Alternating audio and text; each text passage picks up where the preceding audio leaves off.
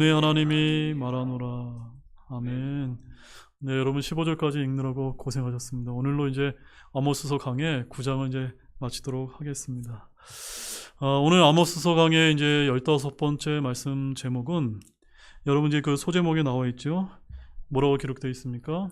이스라엘의 멸망과 최후 회복이라고 이제 되어 있습니다. 그 다음에 이제 여러분들이 이제 11절 말씀을 가보게 되면 거기 어떤 말씀이 기록되어 있냐면 그날에 내가 다윗의 쓰러진 장막을 일으켜 세우고 라는 그런 말씀이 기록되어 있습니다. 그래서 오늘 말씀 제목은 이스라엘의 멸망과 최후 회복, 그날에 내가 다윗의 쓰러진 장막을 일으켜 세우고 라는 이런 제목으로 하나님의 말씀을 이제 전해드리도록 하겠습니다. 여기 그날에, 이 그날은 어느 날을 가리킬까요?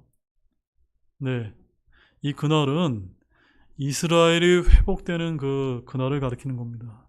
그래서 이제 이날은 7년 환란기의 마지막 때 이제 주님께서 지상 강림하셨을 때 온 이스라엘이 마지막으로 회심함으로 인해서 이제 일어나는 그 날을 가리킨다는 것을 여러분들이 좀 기억하시기를 바랍니다. 자, 이 아모스서 9장에 있는 말씀은 이스라엘의 멸망과 최후 회복을 이제 다루고 있는 그런 말씀입니다. 그래서 1절에서 10절까지는 이스라엘의 멸망이 이제 기록이 되어 있고 11절에서 15절 말씀을 여러분들이 자세히 보시게 되면 이스라엘이 나중에 가서는 최후의 회복이 된다고 하는 그런 약속의 말씀이 이제 기록이 되어 있습니다.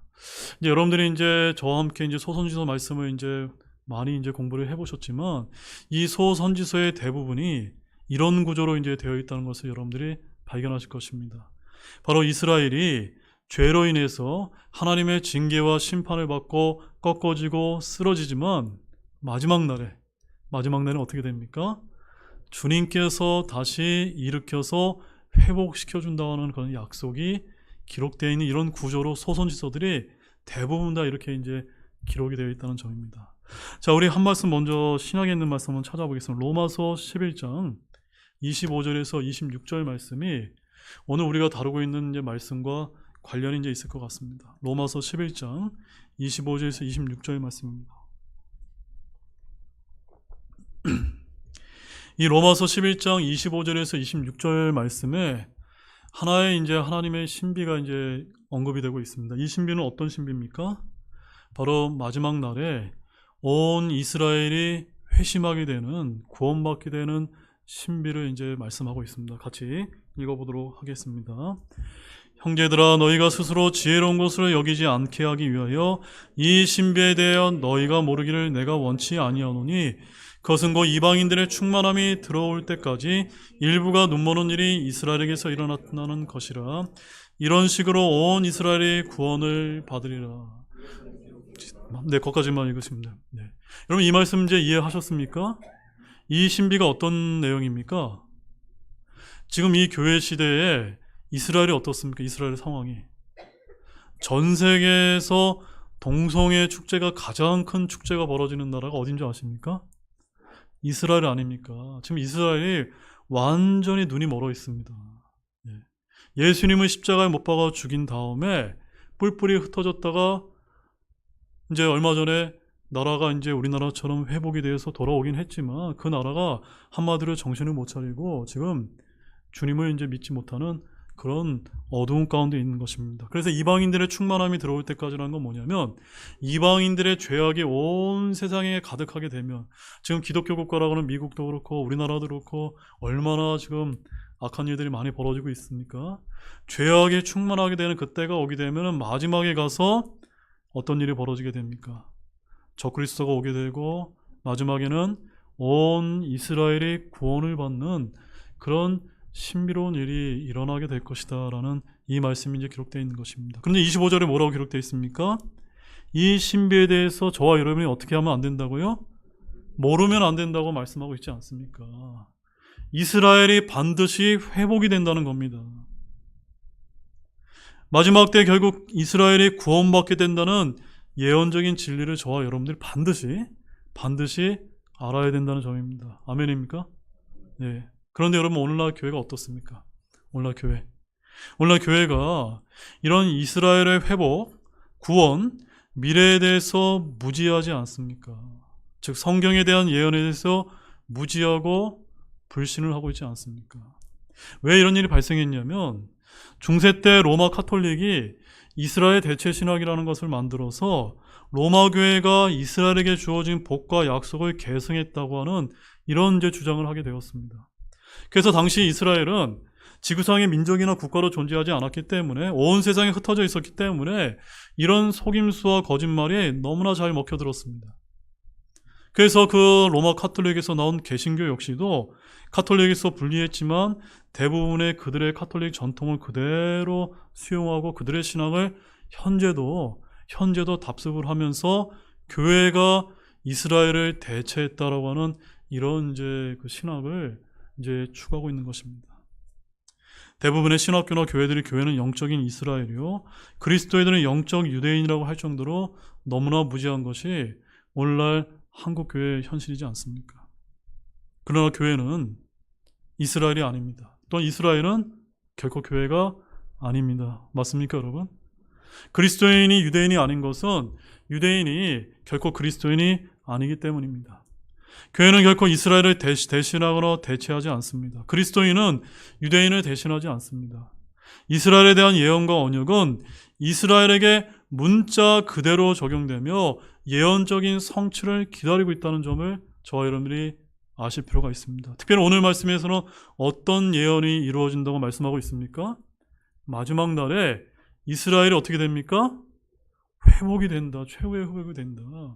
이 약속을 저희처럼 이제 성경대로 믿는 신자들은 반드시 알아야만 됩니다. 아니, 저희만 알아야 되는 것이 아니라 사실은 성경을 믿는 성도라면 누구든지 다 알아야 되는데 오늘날 마지막 때가 다 가까웠기 때문에 이런 것을 가르치지 않는 교회가 얼마나 많은지 모릅니다. 그래서 우리는 이 신비에 대해서 무지해서는 결코 안 된다는 사실을 다시 한번 기억하기 바랍니다. 아모스서에는 이스라엘이 앞으로 받게 될 징계와 심판이 상세하게 나오는데 이는 신명기 28장 15절에서 20절에 나와 있는 율법의 저주 때문인 것입니다. 그래서 아모스서 9장 1절에서 10절은 이런 율법의 저주가 문자 그대로 이스라엘에 집행되는 말씀을 이제 저희들에게 보여주고 있는 것이고, 11절에서 15절 말씀에는 이스라엘이 영광스럽게 마지막 때 회복되는 장면을 기록해서 이제 알려주고 있는 것입니다. 그래서 1절에서 10절까지는 야곱의 고난, 즉 7년 환란기, 주의 날에 관한 말씀을 다루고 있고, 11절에서 15절은 메시아의 왕국, 천년 왕국에 있을 일을 다루고 있는 말씀인 것입니다. 우리는 이런 말씀들을 통해서 미리 기록된 역사를 읽게 되는 것입니다. 감사하죠, 여러분? 우리는 미래에 어떤 일이 일어날지를 성경 말씀을 통해서 이미 우리는 알 수 있다는 점입니다. 자, 그럼 우리 본문 말씀을 보도록 하겠습니다. 1절 말씀 다시 한번 읽어보겠습니다. 내가 보니 주께서 제단 위에 서서 이르시니라. 문에 상인방을 쳐서 기둥들이 흔들리게 하고 그것들의 머리를 다 자르라. 내가 그들 중에서 마지막 남은 자들을 칼로 죽이리니 그들 중에서 도피하는 자도 도피하여 벗어나지 못할 것이며 그들 중에서 도망하는 자도 구출을 받지 못하리라. 여러분, 이 말씀을 읽어보니까 어떻습니까? 굉장히 무시무시하고 끔찍한 것 같지 않습니까? 아모스서 7장에서 메뚜기, 불, 다림줄 이런 환상이 있었고, 그 다음에 8장에서 여론과일 한 바구니 환상들을 다 본 다음에 지금 이 말씀에서는 제단 위에 서서 말씀하신 주님의 환상을 지금 마지막으로 이제 보여주고 있는 것입니다. 내가 보니 주께서 제단 위에 서서, 즉 주님께서 성전 제단 위에 서서 말씀하시는 환상을 지금 아모스가 보고 있는 것입니다. 제단 위에 서신 주님께서 문에 상인방을 쳐서 기둥들이 흔들리게 하고 그것들의 머리를 다 자르라고 말씀하고 계십니다. 주께서 친히 하나님의 집이라 불리는 성전을 무너뜨리라고 말씀을 하고 계신 것입니다. 주님께서는 이스라엘이 범죄를 하게 되면 열왕기상 9장 7절 말씀에 가보게 되면 내 이름을 위해 내가 거룩하게 구별한 이 집을 내가 내 눈앞에서 던져버리리니 라고 이렇게 이제 엄중하게 이제 경고를 하신 바가 있습니다. 바로 이 말씀처럼 예루살렘 성전은 바빌론에 의해 불타고 무너졌고 또한 로마 제국에 의해서 돌 하나도 남기지 않고 무너져 버리지 않았습니까? 그런데 다시 지어질 제3 솔로몬 성전도 적그리스도의 성전이 될 것이고 또한 큰 지진으로 인해 무너지게 될 것입니다. 따라서 이 구절은 역사적인 사건과 더불어 7년 환란기 때 닥칠 예언적인 사건을 우리에게 보여주고 있는 것입니다. 성전 파괴와 더불어서 이스라엘의 마지막 남은 자들은 칼로 죽임을 당하게 될 것입니다. 이들은 또한 목배임을 당할 거라고 요한계시록 20장 4절 말씀에 기록된 그 말씀이 그대로 이제 이루어지게 될 것입니다. 1절 말씀 다시 한번 하반절을 보게 되면 내가 그들 중에서 마지막 남은 자들을 칼로 죽이리니 그들 중에서 도피하는 자도 도피하여 벗어나지 못할 것이며 그들 중에서 도망하는 자도 구출을 받지 못하리라 라고 하는 끔찍한 말씀이 기록되어 있습니다. 이 말씀은 마지막 때에 유대인들에게는 가장 끔찍한 예언의 말씀이 될 것입니다. 7년 환란기 때 멸망에 가증한 것이 서지 못할 것에 선 것을 보게 될 때, 즉 적그리스도가 하나님의 성전 위에 이제 앉게 될 때 그들은 즉시 광야로 이제 도망을 가게 되는 일이 발생할 것입니다. 광야로 도망가지 못한 자들은 산으로 도망가야 됩니다. 예루살렘에 남아있던 자들은 모두 죽임을 당하게 될 것입니다. 적그리스도는 이집트의 파라오 때부터 해오던 유대인 말살 정책을 펼치면서 그들과 전쟁을 벌이게 될 것입니다. 결과는 모두 다 어떻게 됩니까? 죽임을 당하게 된다는 점입니다. 자, 본문 2절 말씀 보겠습니다. 같이 읽겠습니다. 그들이 땅을 파고 지옥으로 들어갈지라도 내 손이 거기서 그들을 붙잡을 것이며 그들이 하늘로 올라갈지라도 내가 거기서 그들을 끌어내리리라. 하나님의 심판은 사람이 피할 수 있는 것이 결코 아니라는 것을 이 말씀이 지금 보여주고 있는 것입니다. 하나님의 임재를 피해서 어디로 도망가면 주님이 거기에도 계시지 않습니까? 여기서 우리는 지옥이 어디로 이제 들어가게 됩니까? 땅을 파고 들어가면 있다는 지질학적인 이제 사실을 알 수가 있습니다. 왜냐하면 지옥은 어디에 있기 때문입니까? 땅의 심장부에 있기 때문이 아닙니까?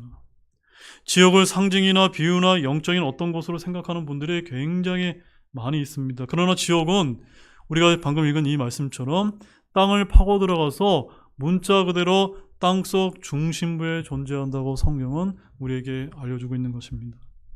또한 지옥은 마귀와 그의 천사들을 위해 예비한 곳이지 않습니까? 사람이 아무리 지하 깊은 곳으로 파고들어도 거기는 결코 안전한 장소가 될 수가 없습니다.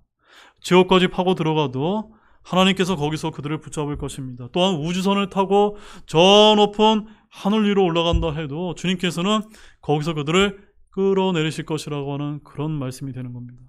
본문 3절 말씀 보겠습니다. 그들이 갈멜산 꼭대기에 숨을지라도 내가 거기서 그들을 찾아내서 끄집어낼 것이며 그들이 내 눈앞에서 떠나 바다 밑에 숨을지라도 내가 거기서 뱀에게 명령하여 그것이 그들을 물게 하리라. 굉장히 말씀이 어렵죠?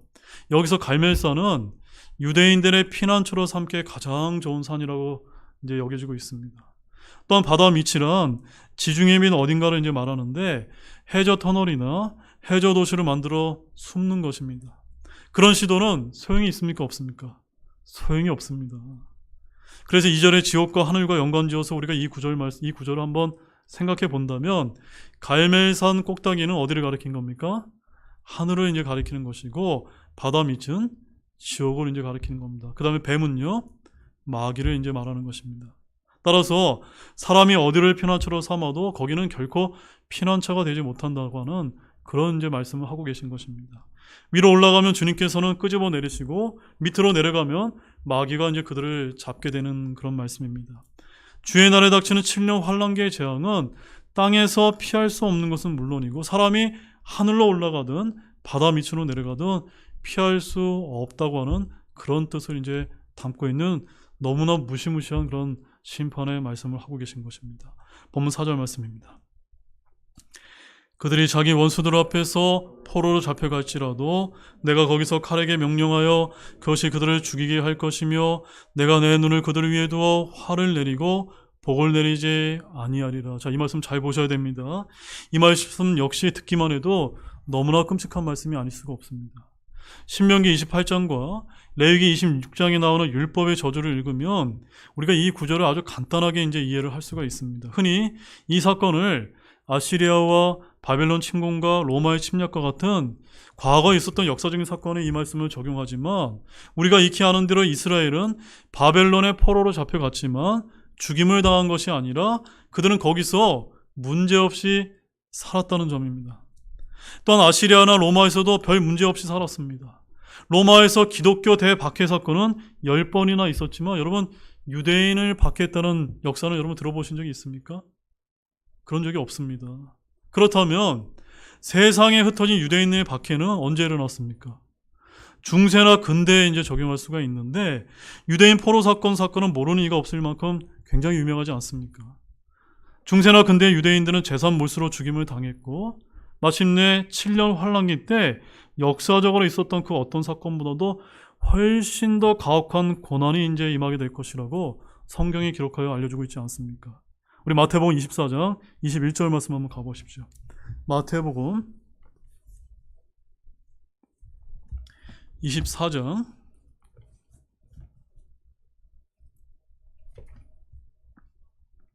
여러분이 마태복음에 있는 말씀을 이제 해석하실 때 대부분은 이제 우리 교회에 이제 적용하는 경우가 있는데 이 마태복음에 있는 말씀의 상당 부분은 그 대상이 누굽니까? 유대인이라는 것을 여러분들이 좀 아실 필요가 있습니다. 그래서 마태복음 24장 21절 말씀을 함께 읽어보겠습니다. 그때 큰 환난이 있을 터인데 세상이 시작된 이래로 이때까지 그런 환난이 없었고 이후에도 결코 없으리라. 이 환난의 주 대상이 누굽니까? 원래는 이제 유대인이라는 겁니다. 그래서 20절 말씀 보십시오. 그러나 너희의 도피하는 일이 겨울이나 안식일에 일어나지 않도록 너희는 기도하라.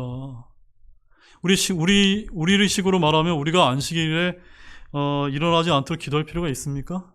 전혀 없죠. 이것은 이제 유대인에게 이제 해당되는 그런 말씀이라는 것을 우리가 너무나 쉽게 이제 알 수가 있는 것입니다.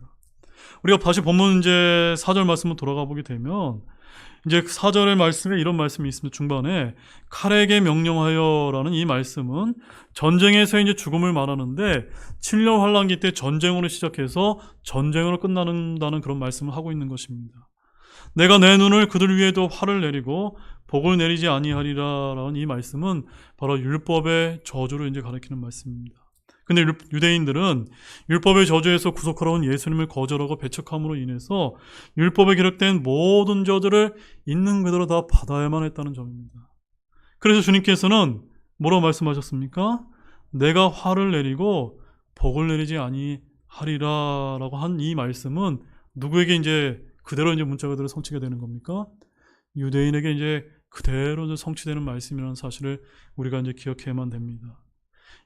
그래서 주 하나님께서는 주와 주의 법을 버린 사람에게 화를 내리고 복을 내리지 않겠다고 하는 심판을 명령하고 계신 것입니다. 본문 5절 말씀 보겠습니다. 주 군대들의 하나님은 그 땅에 손을 대는 자니 그가 그리하면 그 땅이 녹고 그 안에 거하는 모든 자들이 애곡하며 그 땅이 홍수같이 전부 솟아올랐다가 이집트의 홍수에 잠기는 것 같이 물에 잠기리라. 우리가 이제 전에 봤던 성경과 우리가 이제 개혁 성경에 보게 된 만군의 하나님이라고 되는데 만군이라는 표현은 도대체 우리가 무슨 뜻인지 알 수 없는 그런 표현입니다. 원래 표현은 무엇이 맞냐면 주 군대들의 하나님이라는 거예요. 군대가 뭘 가리키는 겁니까? 모르십니까? 어떤 군대를 가리킵니까? 하늘의 천사들을 이제 군대라고 하지 않습니까? 바로 하나님께서 하늘의 천사들의 다스리는 하나님이라는 것을 이제 가르쳐주고 있는 것입니다. 그래서 이 주 군대들의 하나님이라는 표현이 아모스에 총 9번이 등장하는데 이 북이스라엘이 주 군대들의 하나님 대신에 군대들을 신으로 섬겼다는 것을 여러분 알고 계신지요? 우상 숭배자들은 하늘의 주 하나님 대신에 하늘을 섬겼습니다. 해와 달과 별들을 만드신 주 하나님 대신에 해와 달과 별들을 섬기지 않았습니까? 천사들의 주 하나님 대신에 천사들을 경배하지 않았습니까? 우상 숭배의 핵심은 주 군대들의 하나님을 경배하지 않고 주께서 만드신 피조물을 섬긴다는 것입니다.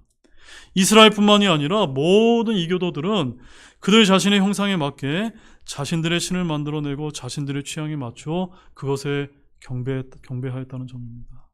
그래서 주 군대들의 하나님은 그 땅에 손을 대어 그것을 높게 하심으로 대지의 신으로 경배받던 신들을 없애버리고 그런 것들에 경배한 자들을 부끄럽게 하신다는 것입니다. 주님은 땅을 높게 하시고 부풀게 하시고 가라앉게 하시고 쪼개어버리기도 하십니다. 하나님께서는 하늘과 땅의 주이시기 때문입니다.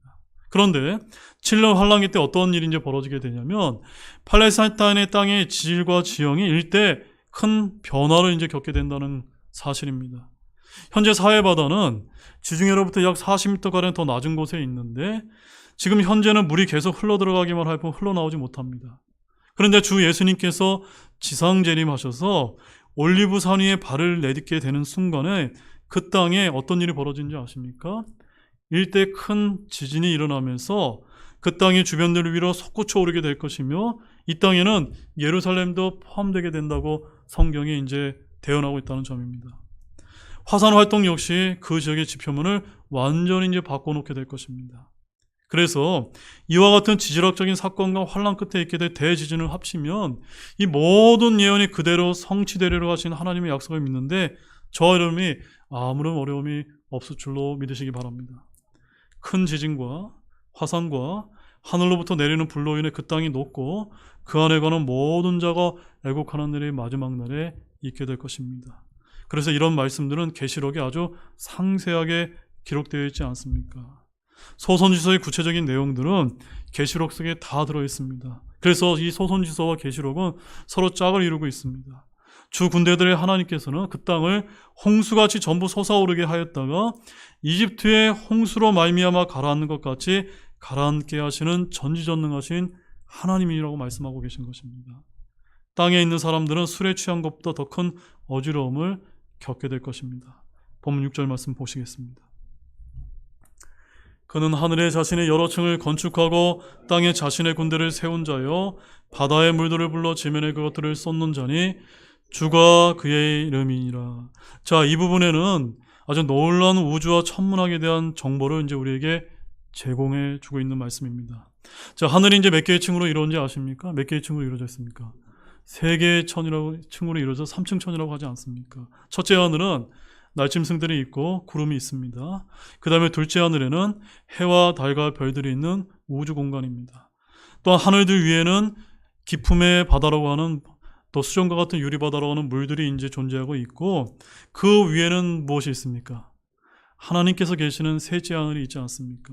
그래서 우리는 낮에 어디를 바라볼 수 있습니까? 첫째 하늘을 볼 수 있습니다. 밤에는요? 둘째 하늘을 바라볼 수 있습니다. 그러면 셋째 하늘은요? 믿음의 눈으로 우리가 바라볼 수 있지 않습니까? 네. 이 셋째 하늘에는 하나님의 왕자가 있고 낙원이 있을 줄로 믿으시기 바랍니다. 주님은 하늘에 자신을 위하여 여러 층을 건축하셨는데 땅에 자신의 군대를 세우고 바다의 물들로 이제 불러서 지면에 그것들을 쏟으시는 분이라고 말씀하고 있습니다. 여기서 바다의 물들이란 창세기 1장 2절에 나와 있는 그 기품의 바다를 이제 말하는 것입니다. 하늘들 위에 있는 물들인데 6일 창조 때 궁창 위와 아래로 이제 나누셨습니다. 지면에 그것들을 쏟나니라는 말씀은 노아에 대한 홍수 때 주님이 행하신 일입니다. 그래서 본문 말씀은 주 하나님께서 어떠한 분이신지를 누군가에게 보여주고 계신 것입니다. 자, 7절 말씀 보십시오. 함께 읽겠습니다. 주가 말하노라. 오 이스라엘의 자손들아, 너희는 내게 에티오피아 사람들의 자손들 같지 아니하냐? 내가 이스라엘을 이집트 땅에서 데리고 올라오지 아니하느냐? 또 블레셋 사람들을 갑돌에서 시리아 사람들을 기르에서 데려오지 아니하였느냐? 여러분, 이 말씀을 읽을 때 갑돌이 어디고 기르가 어딘지 이런 건 궁금해하실 필요 없습니다. 그것은 하나도 중요한 것이 아니고요. 이 말씀은 하나님께서 이스라엘의 하나님뿐만이 아니라 하나님은 또 누구의 하나님이십니까? 온 세상 모든 민족들의 하나님이라는 사실을 이 말씀이 보여주기 위해서 블레셋과 시리아 사람들을 예표로 이제 보여주고 있는 말씀입니다. 먼저 이스라엘 자손들은 어떤 사람들과 갖게 된다고 말씀하고 있습니까? 에티오피아 사람들과 갖게 된다는 말씀입니다. 이 말씀이 여러분 이해가 어려우십니까? 어떻게 된다는 말씀입니까? 이 셈족이 이 그 이스라엘 사람들이 에티오피아 사람 어떻게 되는 겁니까? 검게 흑인처럼 이제 변한다는 겁니다.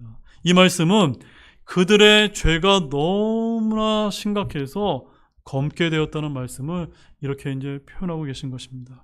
한마디로 이스라엘 자손이 이교도와 같이 되는 것이고 이방인과 같이 된다는 그런 말씀입니다. 따라서 우리가 이 말씀을 통해서 어떤 이제 영적인 교훈을 얻을 수가 있습니까? 우리 신약의 그리스도인들의 모습 역시도 누구처럼 되면 안 됩니까? 믿지 않는 자들처럼 불신자와 같아서는 안 된다는 말씀을 우리가 이 말씀을 통해서 교훈으로 얻으시기를 바랍니다.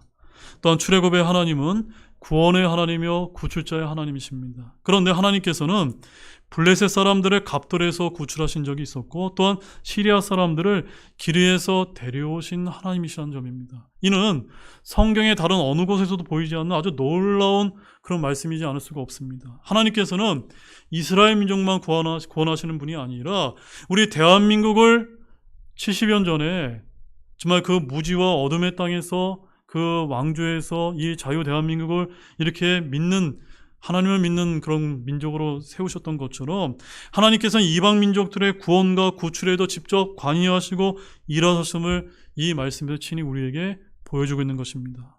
즉 역사의 주관자는 전지전능하신 하나님이심을 이 말씀이 보여주고 있는 것입니다.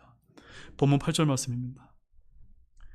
보라, 주 하나님의 눈은 죄 많은 왕국 위에 있나니 내가 그 왕국을 지면에서 끌어 멸할 것이나 다만 야곱의 집은 철저히 멸하지 아니하리라 주가 말하노라.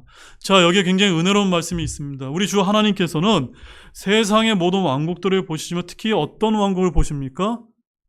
죄 많은 왕국 위에 있다는 사실을 우리가 기억해야만 됩니다. 그래서 우리가 이 대한민국을 위해서 기도하고 이 대한민국의 악한 왕국이 되지 않도록 기도해야 되는 이유가 바로 여기에 있는 것입니다. 불법이 충만하면 그 왕국을 지면에서 하나님께서 멸해버리시는데 이것은 역사가 증명하고 있지 않습니까? 그래서 이유는 간단합니다. 죄로 말미암아 불법이 가득 찰 때 주님께서 그 왕국을 지면에서 끊어 멸해버리시기 때문입니다. 자, 그런데 몇천 년 동안 소멸할 것 같아도 절대 멸망하지 않는 민족이 단 하나 있는데 그 민족이 어디입니까? 이스라엘이라는 점입니다. 앞으로도 절대 멸망하지 않는 단 하나의 민족이 있다면 단연코 이스라엘이라는 사실을 믿으시기 바랍니다. 그래서 여기 뭐라고 말씀하고 있습니까? 야곱의 집은 어떻게 해야 된다고요? 철저히 멸하지 아니하리라. 이것이 이스라엘 민족에게는 회복의 말씀이 되는 겁니다. 주가 말하노라. 주의 말씀입니다. 주님께서는 이스라엘을 징계하시고 심판하셔도 절대로 멸하지 않으신다고 약속하셨는데 이 약속은 하나님께서 하신 약속이기 때문에 신실하고 불변하지 않는 사실을 믿으시기 바랍니다. 본문 9절입니다. 보라, 내가 명령할 것이며 또 채로 곡식을 채질하는 것 같이 모든 민족들 가운데서 이스라엘의 집을 채질할 것이나 그럼에도 가장 작은 알갱이조차 땅에 떨어지지 아니하리라. 여러분, 채질한다는 말이 긍정적인 의미로 받아들여집니까? 부정적인 의미로 받아들여집니까? 네, 굉장히 부정적이라는 표현이라는 것을 여러분 아시길 바랍니다. 그래서 이스라엘 민족이 다른 수많은 민족들 가운데서 채질을 당한다는 그런 말씀입니다. 어떤 뜻입니까? 굉장한 고난을 이제 겪는다는 겁니다.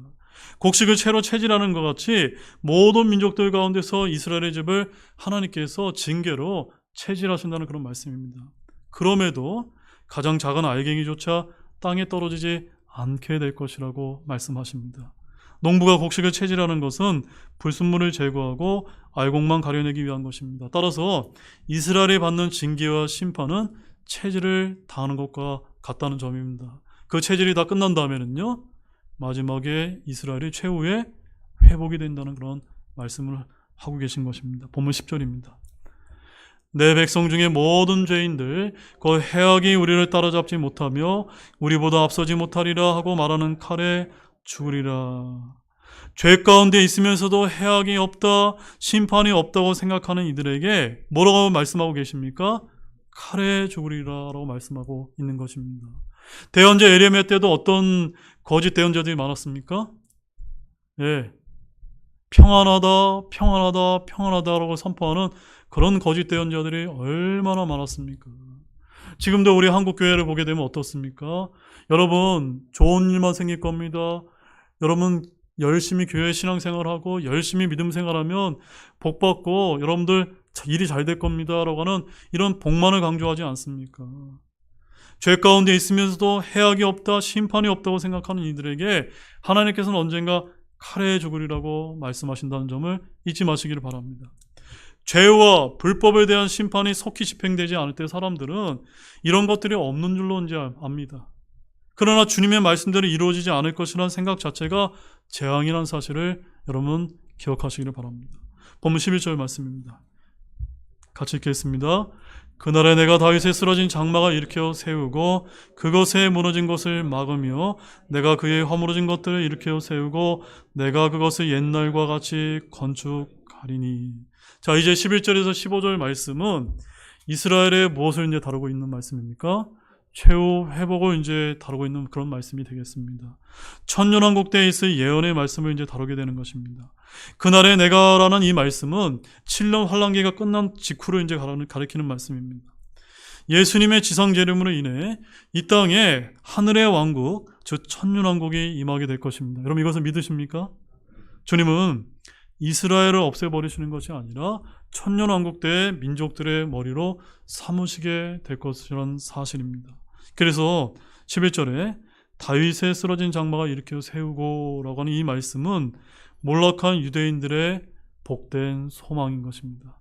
사도들은 이 구절을 인용해서 장차 세워진 메시아 왕국에 대해서 말한 바가 있는데 그 말씀 한번 찾아보겠습니다. 사도행전 15장 15절에서 17절 말씀입니다. 사도행전 15장 15절에서 17절 말씀입니다. 다 찾으신 줄 알고 우리 같이 읽겠습니다. 대언자들의 말씀들이 이것과 일치하는도다. 이것은 기록된 바 이 일들 뒤에 내가 돌아와 다윗의 쓰러진 장막을 다시 건축하고 내가 그것에 허물어진 것을 다시 건축하며 내가 그것을 세우리니 이것은 사람들 중에서 남은 자들과 내 이름으로 불리는 모든 이방인들이 주를 찾게 하려 함이라. 이 모든 일을 행하는 주가 말하노라 함과 같으니. 자, 그래서 이제 현재 여러분들 이제 이스라엘에 가보게 되면 이스라엘이 지금 이러한 약속의 말씀을 오해해서 지금 제3 솔로몬 성전을 지을 준비를 다 해놓고 있다는 점입니다. 여러분 그런 얘기는 많이 들어보셨죠? 근데 그런 그 완전한 회복이 이루어지는 것은 그들의 준비로 이루어지는 것이 아니라 누구로 인해서 이루어지는 겁니까? 주님께서 이 땅에 지상 강림하시게 될 때 이루어지리라는 사실을 아직은 이스라엘 백성들이 눈이 이제 멀어 있다는 점입니다. 그래서 주님은 왕국의 건축자요 하늘의 왕국은 우리 주님이 이 땅에 문자그들을 세우시 지상 왕국이요 천년 왕국이라는 사실을 아시기를 바랍니다. 본문 12절 말씀입니다. 이것은 그들이 에돔의 남은 자들과 내 이름으로 불리는 모든 이교들 중에서 남은 자들을 소유하게 하려 함이라. 이를 행하는 주가 말하노라. 자, 이제 이스라엘은 에돔의 남은 자들을 소유하고 주의 이름으로 불리는 모든 이교도들의 남은 자들을 소유하게 됩니다. 주의 이름으로 불리는 모든 이교도들이나 여러분 이제 마태복음 25장에 있는 말씀을 가보게 되면 예수님께서 지상 강림하셔서 마지막 때에 민족들을 심판하시면서 양의 민족과 염소의 민족으로 이제 가르시게 되는데 이 말씀은 지금 양의 민족으로 분류된 민족들로서 천년왕국 때 육신을 입고 들어가는 천년왕국 백성을 가리키는 그런 말씀입니다. 지금 현재 주의 이름을 부르는 자들은 우리 그리스도인들입니다. 그러나 7년 환란기 때는 우리 신약 성도들이 없기 때문에 그때 남아있는 자들 또 주의 이름으로 불리는 자들은 이교도들밖에 없는 것입니다. 자, 본문 13절 말씀을 보겠습니다.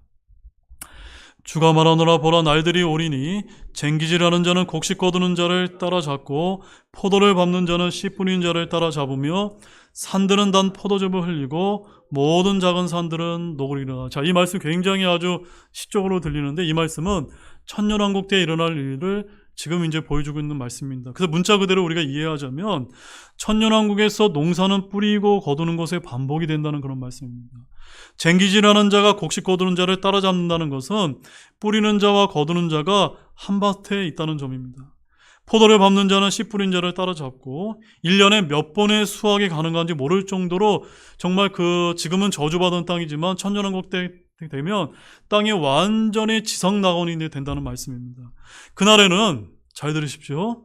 달빛은 햇빛처럼 되고 그 다음에 햇빛은 7배나 되어서 7날의 빛과 같게 될 것이라고 우리 이사야서 30장 26절 말씀에 천년왕국 때에 변화될 천체를 이제 기록하고 있습니다. 그 말씀 한번 찾아보시겠습니까?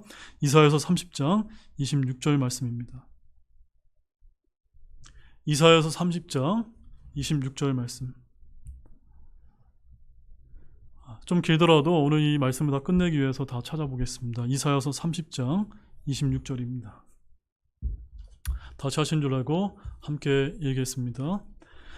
또 주께서 자신의 백성이 찢어진 곳을 싸매시며 그들의 매맞은 상처를 치유하시는 날에 달빛은 햇빛 같겠고 햇빛은 7배나 되어 7날의 빛 같으리라.